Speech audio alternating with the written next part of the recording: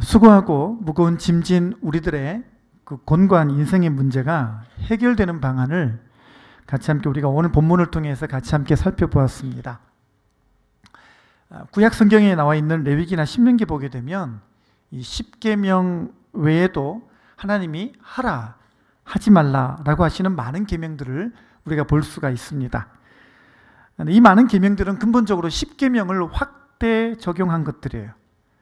근데 또 거기에다가 또 이 성경 서기관들이나 율법학자들이 이렇게 성경에 나온 것 외에도 또 이거를 유전이라고 해서 중요한 계명 248개와 또 덜 중요한 계명 365개, 그래서 613개나 만들어냈는데, 이 사람들은 이제 그 중에서도 뭐가 더 중요하고 뭐가 덜 중요한지를 끊임없이 논쟁하고 변론했었던 사람들입니다.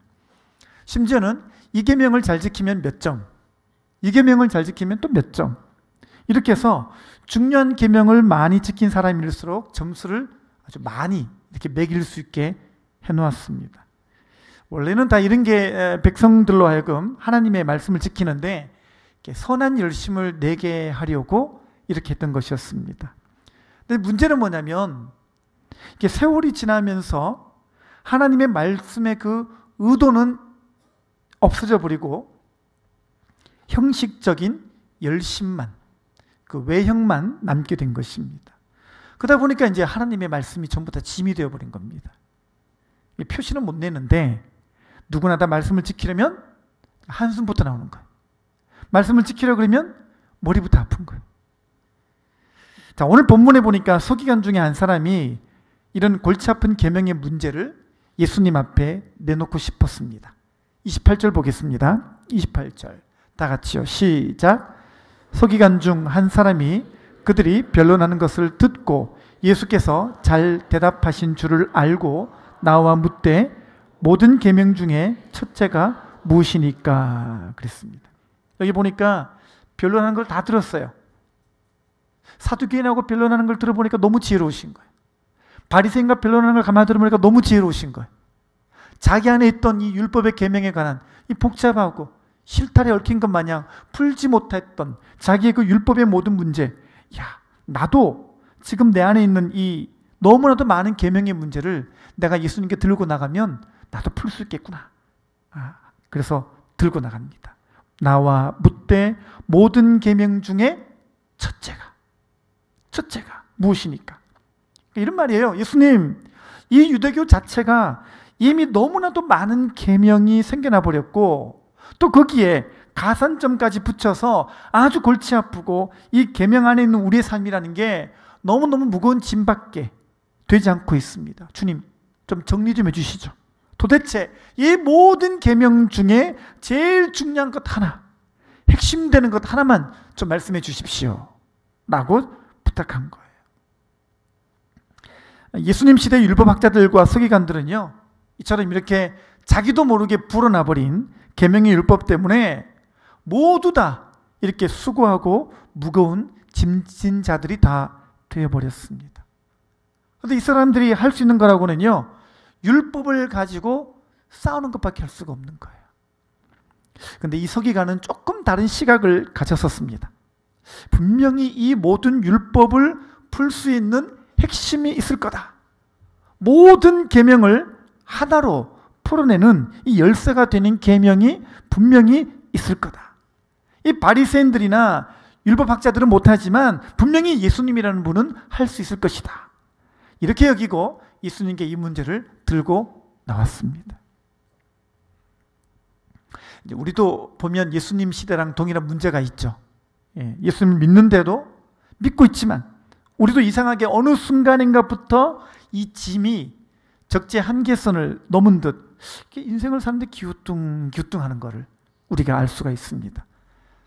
예수님 믿으면 더 가벼운 인생이 돼야 되는데 이 인생은 어쨌든 이상한 거는 가면 갈수록 더 무거워지는 거예요. 예수님 믿었다면 정말 우리가 우리 인생 가운데 주님이 아무 문제가 없도록 도우셔야 되는데 왜 이리도 우리의 수고는 끝이 없고 자유하기는커녕 한숨 쉬는 인생이 되기만 할까요? 이렇게 수고 하나 짐지는 인생, 애쓰나 무거워져 마음이 힘든 인생, 무거운 짐을 나 홀로 지고 견디다 못해 쓰러지는 인생, 사역을 하면서도 기쁨이 열정이 다 사라지고 겨우 하나 해결하고 나면 내 한 추스리기 힘들 만큼 한계가 금방 찾아와서 엎어지고 마는 믿음. 여러분, 이런 인생에 대해서 오늘 이 본문 말씀은 주님이 바로 우리에게 그 원인이 무엇인지를 진단해주고 계십니다. 자, 29절, 30절 읽어보시겠습니다. 시작. 예수께서 대답하시되 첫째는 이것이니 이스라엘아, 주 곧 우리 하나님은 유일한 내 마음을 다하고 목숨을 다하고 뜻을 다하고 힘을 다하여 주 너의 하나님을 사랑하라 하신 것이요. 그랬습니다. 예수님은요, 우리 모든 인생의 문제에 대한 유일한 답으로 주 너의 하나님을 사랑하라, 이 말씀으로 요약하고 계십니다. 하나님을 사랑하라, 이 말씀은요, 문자적으로만 보면 너무 평범한 말씀이라 우리는 그냥 하나님을 사랑하라, 이거를 그냥 문자적으로 들으면 이 말씀이 주는 귀중한 영적인 진단을 놓치기 쉽습니다. 왜냐하면 우리는 일반적으로 다 하나님 사랑하거든요. 그죠? 하나님을 대놓고 미워할 사람 여기 있겠습니까? 없거든요. 다 사랑하거든요. 그래서 우리가 이 말씀이 주는 귀한 가치를 읽고도 놓치는 거예요. 근데 이 말씀은요, 다시 한번 우리가 깊이 곱씹어서 생각해 보게 되면 이 말씀이 주는 귀한 핵심이 다시 보여요. 어떻게 해요? 아주 재밌는, 제가 질문했죠, 아까 전에요.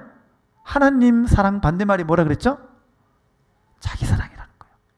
이렇게 한번 보면 이 말씀이 얼마나 중요한 것을 우리에게 지적하고 있는지를 알 수가 있어요. 우리가 가만히 보면 처음부터 수고하나 무거운 짐진 인생이진 않았었어요. 우리가 처음부터 열정 없이 쉽게 그렇게 한계에 봉착하던 그런 허덕이는 인생은 아니었었어요.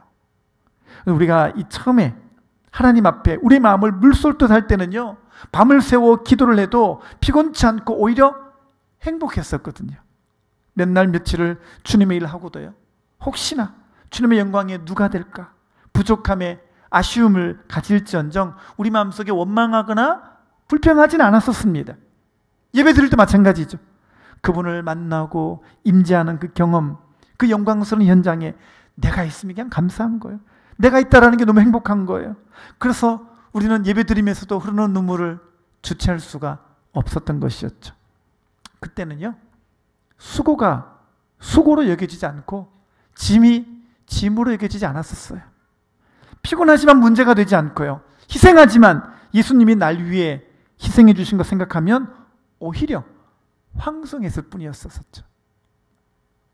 근데 어느 순간인가 하나님께 물 쏟듯 하던 인생이 나에게로 기울어집니다. 하나님 사랑이 자기 사랑의 누룩으로 변하더니 모든 것이 나에게 기울인 인생이 되어버리는 거예요. 여러분 가만히 보십시오. 수고하고 무거운 짐된 포인트가 이때부터예요. 이때 붙은 거예요. 기쁨도 사라지고 감격도 열정도 없어지고 오히려 내 가슴에 분노가 일어요. 억울한 마음도 들고 교회 때문에 내가 피해자가 되었다라는 생각이 들면서 목사님이나 목자 얼굴 보기가 싫어지는 거예요. 예수님 믿어서 행복한 게 아니라 예수님 때문에 삶이 꼬였다고 생각합니다. 예수님 때문에 재수가 없다고 생각해요. 여러분, 원인이 뭐예요? 원인은 하나님 사랑에서 자기 사랑으로 돌아섰기 때문에 그래요. 내가 언제부터인가 하나님 사랑에서 이 자기 사랑으로 기울어진 게 문제인 거예요. 그래서 주님을 사랑하며 주님께 내 인생을 물쏟듯 하던 것이 나도 모르게 나에게 기울어지고 거기에 쏟고 있던 나의 문제가 원인이었다라는 것입니다. 우리가 이 문제는요, 진단을 잘 내려야 됩니다. 자기 사랑에서 다시 하나님 사랑으로 쏟아야 될 문제이지 이것을 다른 방법을 찾는다고 해결될 게 아니에요. 자기 사랑에서 또 다른 자기 사랑으로 아무리 옮겨간다고 한들 그거는요, 돌고 돌 뿐이지 해결이 절대로 거기에는 있지 않습니다. 그래서 오늘 예수님은 핵심을 잡아주시면서 우리에게 이렇게 말씀하십니다. 30절 다시 읽어보실까요? 시작. 내 마음을 다하고 목숨을 다하고 뜻을 다하고 힘을 다하여 주 너의 하나님을 사랑하라. 아멘입니까? 하나님 사랑하는 거예요. 또 열정적으로 사랑하는 거예요. 마음을 다하고 뜻을 다하고 힘을 다하여 더 사랑하는 거예요. 여러분, 산불 나면요 다른 불로 산불 잡듯이 유전의 불은요 더 강력한 폭발로 이 유전의 불을 꺼버리듯이 여러분 영적으로도 마찬가지인 거예요. 자기 사랑의 불길이 막 번져올 때는요 반대로 하나님 사랑의 더 큰 불을 지펴야 되는 것인 거예요. 하나님 사랑의 불을 내 안에 더 크게 붙여야 되는 거예요. 자기 사랑의 불이 내 안에서 세력을 얻지 못하도록 이 하나님을 향한 이 사랑으로 이 하나님을 향한 이 사랑이 더 큰 세력을 얻도록 더 큰 불로 우리가 내 안에 있는 자기 사랑의 불을 꺼뜨려야 되는 겁니다. 자, 그래서 오늘 우리는 하나님 사랑을 더 세 가지로 강력하게 붙들어야 된다는 것을 배웠습니다. 자, 첫 번째가 어떻게 하는 겁니까? 마음을 다하고. 하나님의 사랑은 머리의 사랑이 아니라 가슴의 사랑입니다. 하나님은요, 그러니까 논리로 아는 게 아니라 이성으로 아는 게 아니라 지성으로 아는 게 아니라 가슴으로 아는 거예요. 하나님은 마음을 열고 가슴을 열어야 그분을 만날 수가 있는 거예요. 그래서 보십시오. 하나님은요, 신학 안에도 교리 안에도 안 계셔요. 왜냐하면 그분은 교리나 신학보다 더 크신 분이기 때문에 그래요. 하나님은 우리가 가슴을 열고 뜨겁게 사랑해야 될 분인 줄 믿으시기 바랍니다. 어떤 분은 이제 가만히 보니까요, 교회 몇 주 나오다가 그냥 믿는 거 포기하는 분이 계십니다. 그러다가 다시 한 번 또 믿어보자.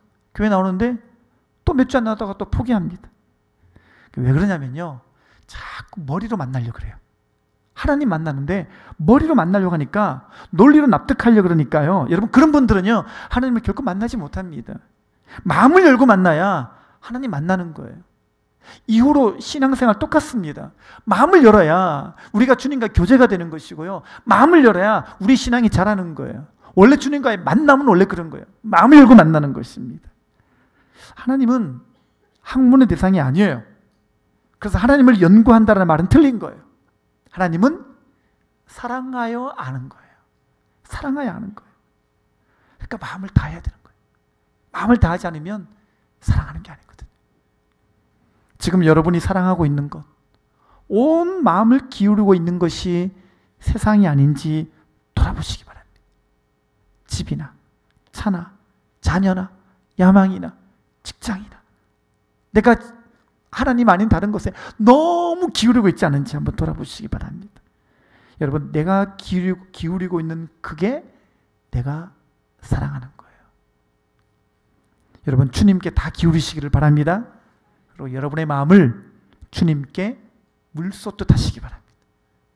따라서 합시다. 주님께 내 마음을 물쏟듯 하자. 아멘이시죠? 주님께 다 기울이십시오. 자, 두 번째로 하나님은 뜻을 다해 사랑하게 되시기를 바랍니다. 여기 뜻이라는 단어가 우리의 생각, 의지라는 단어라 그랬죠? 생각 참 중요합니다. 생각이 정말 중요해요. 왜냐하면 삶은 생각의 결과거든요. 생각의 결과예요. 그러니까 생각을 간과해서는 안 됩니다. 그러니까 성령님을 어떻게 소개합니까? 내가 너희에게 말하는 것을 생각나게 하시는 분, 이렇게 소개합니다. 그러니까 우리는요, 성령님이 주시는 생각을 해야 돼요. 생각도 아무거나 내 생각이라고 다 하면 안 됩니다. 성령님이 넣어주시는 생각을 해야 됩니다. 근데 중요한 게 뭐냐면 마귀도 생각을 통해 역사하거든요. 마귀도 생각을 타고 임하거든요. 가룟 유다 봤더니 예수님을 따라다녔는데 이미 뜻을 다해 예수님을 사랑하지 않습니다. 그러니까 결과가 뭐예요? 예수님을 팔아먹은 배신자가 되는 겁니다.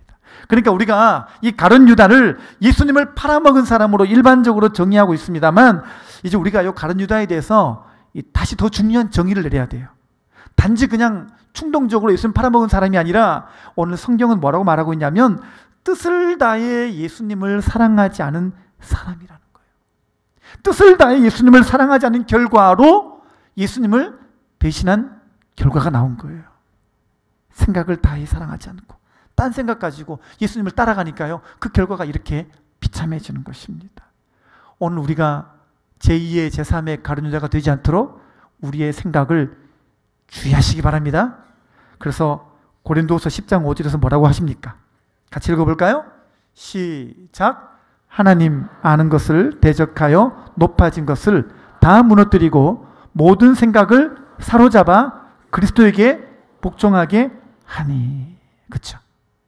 지금 품고 있는 생각이 하나님을 대적하는 생각은 아닌지, 하나님과 상관없는 생각은 아닌지, 하나님이 싫어하시는 생각은 아닌지, 하나님과 반대되는 생각은 아닌지 꼭 분별하게 되시기를 바랍니다. 그래서 이 생각이라는 걸 어떻게 하라고요? 사로잡아 오라고요. 예, 사로잡아 오라고 합니다. 그리고 말씀 앞에 복종케 하는 거예요. 예. 그래서 말씀을요, 읽어야 돼요. 말씀 읽어야 돼요. 말씀을 매일 묵상해야 됩니다. 말씀은요, 매일매일 묵상해야 돼요. 말씀을 안 읽고 말씀 묵상하지 않는데 어떻게 사로잡아 옵니까? 예. 어디 굴복시키겠어요? 굴복시킬 데가 없는데. 여러분, 그래서 매일매일 주님의 뜻이, 매일매일 주님의 생각이 내 안에 꽉 찰 수 있도록 여러분 매일 말씀을 잊지 않게 되시기를 바랍니다. 예, 정말 중요한 것입니다. 자, 세 번째는 힘을 다하여 사랑하라 말씀하십니다. 힘을 다하여. 예, 힘을 다하여 사랑하라는 말씀은 우리들에게 좀 새로운 도전이 되는 말씀입니다. 그렇죠? 우리가 언젠가부터 적당히 믿거든요. 우리가 언젠가부터 여유가 되는 한도까지만 믿으려고 그러거든요. 다 해보려고 안 합니다. 그렇죠? 왜냐하면 다음에 쓰러지니까. 다음엔 입원할 것 같으니까. 아끼는 거예요. 네. 적당히 해보고 안 됩니다. 못합니다. 이렇게 말하지만 오늘 성경은 반대로 얘기하는 거예요. 힘을 다하면 새 힘이 위에서부터 공급된다고 합니다. 공급되는 거예요. 주로 이제 신앙생활 하다 보게 되면 주일 예배까지 나오다가 수요 예배에 나오는 게 엄청난 한계예요. 그죠? 주일 예배만 나오다가 수요 예배 나오려고 하면 죽을 것 같아요. 그죠? 수요 예배까지 나오다가 저녁에 기도하라 그러면 어떻게 해요? 저녁에 기도하는 게 죽을 것 같아요. 나오면 죽을 것 같은 거예요. 그래서 어떤 목사님이 한 형제를 불러다가 권면을 했어요. 제발 기도 좀 해라. 제발 기도 좀 해라. 기도해야 살지. 이게 마음이 힘든 거예요. 형제가 기도하라는 게. 왜냐하면 자기는 아직까지 매일 와서 기도하면 죽을 것 같은 거.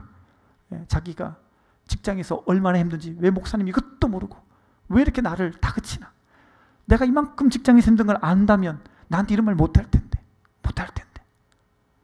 근데 이 형제가요, 나중에 저녁에 기도하러 나온 거예요. 꼭 그런 분 계시죠, 그죠? 나 못하겠다고 그러면 나오는 분이 계십니다, 그죠? 근데 형제가 나중에 목사님 찾아와서 이렇게 고백을 하는 거예요. 목사님, 제가 처음에는 목사님 그 얘기할 때는요, 제가 저녁에 기도하러까지 나오면 저는 죽을 것 같다라는 생각과 그 계산이 나왔는데 제가 계산하지 못한 게 있었어요. 제가 저녁에 나와서 기도하고 나면 힘을 다 쓰고 나면 주님이 또 새 힘을 부어주리란 것까지는 계산을 못했다. 그것까지는 계산을 못했다. 여러분, 그래요, 그죠? 우리는 항상 우리의 한계까지만 계산할 줄 알지 그 다음 계산은 못합니다만, 여러분 꼭 기억하십시오. 주님이 내가 내 힘을 다 쓰고 나면 주님이 새 힘을 넣어 부어주실 것이라는 것까지 계산할 수 있게 되시기를 바랍니다. 자기 한계가 있거든요. 나는 도저히 이건 안 돼. 이것 이상은 밀지 마세요. 이것 이상 나오라 그러면 나 교회 나갈지 모릅니다. 이게 나만의 이게 선이 있어요, 그죠? 그러니까 힘을 다하지 못하는 거예요. 이사야 40장 31절 보겠습니다. 같이 읽어볼까요? 시작. 오직 여호와를 앙망하는 자는 새 힘을 얻으리니 독수리의 날개치며 올라감 같을 것이요 다른 박질하여도 곤비치 아니하겠고 걸어가도 피곤치 아니하리로다. 아멘.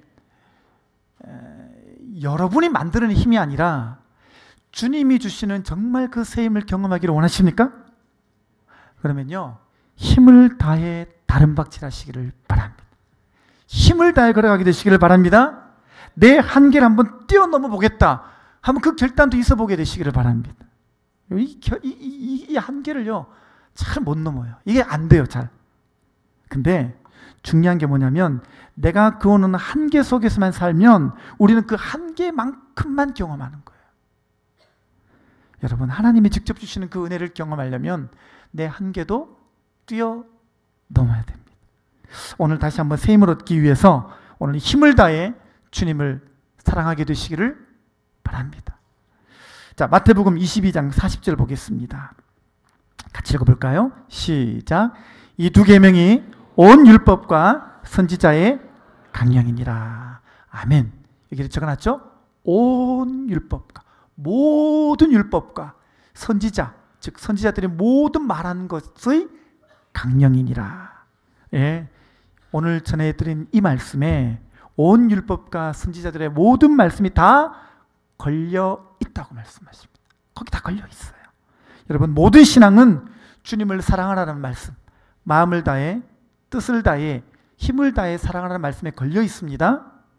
우리의 모든 신앙의 동기도 마음을 다해, 뜻을 다해, 힘을 다해 사랑하는 말씀에 걸려 있습니다.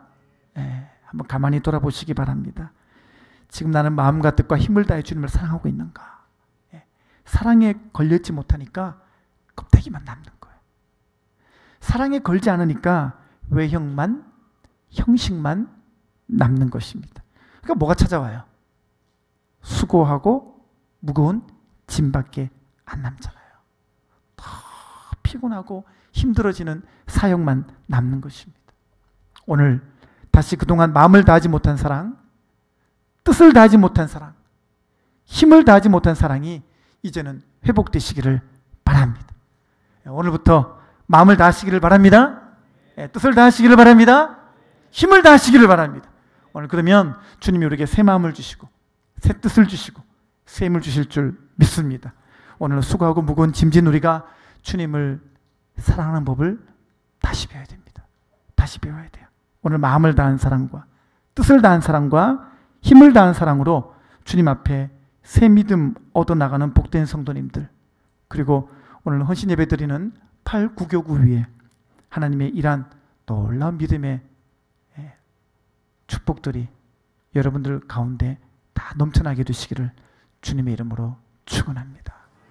기도하겠습니다.